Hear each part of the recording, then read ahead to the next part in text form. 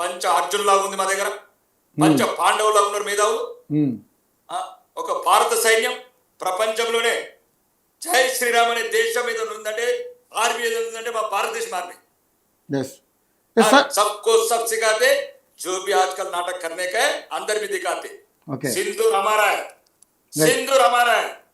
Right. Rakesh Reddy గారు, మరి PoK అని భారత్ ఎందుకు స్వాధీనం చేసుకోవట్లేదు అని ఎప్పటి నుంచో ఎన్నో రకాల ప్రశ్నలు వస్తూ ఉన్నాయి. దాని మీద ఏం సమాధానం చెప్తారు రాకేష్ రెడ్డి గారు? దీని విషయంలో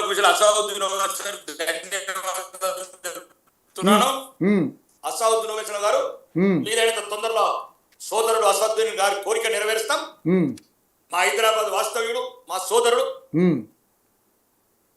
పాక్ ఆక్రమిత కాశ్మీర్ స్వాధీనం చేసుకోమన్నాడు. వికాసైన హిందుస్థాన్ ముస్లిం గా ఫస్ట్ టైం స్టేట్మెంట్ ఇచ్చాడు. పలస్తీనా జైగొట్టిన ముస్లిం ఈ రోజు నిజమైన భారతీయుడుగా తన సందేశాన్ని ఇచ్చాడు.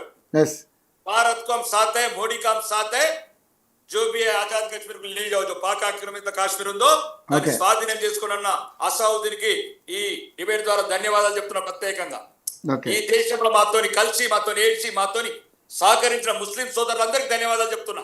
Okay, right right right. Kodisheela గారు,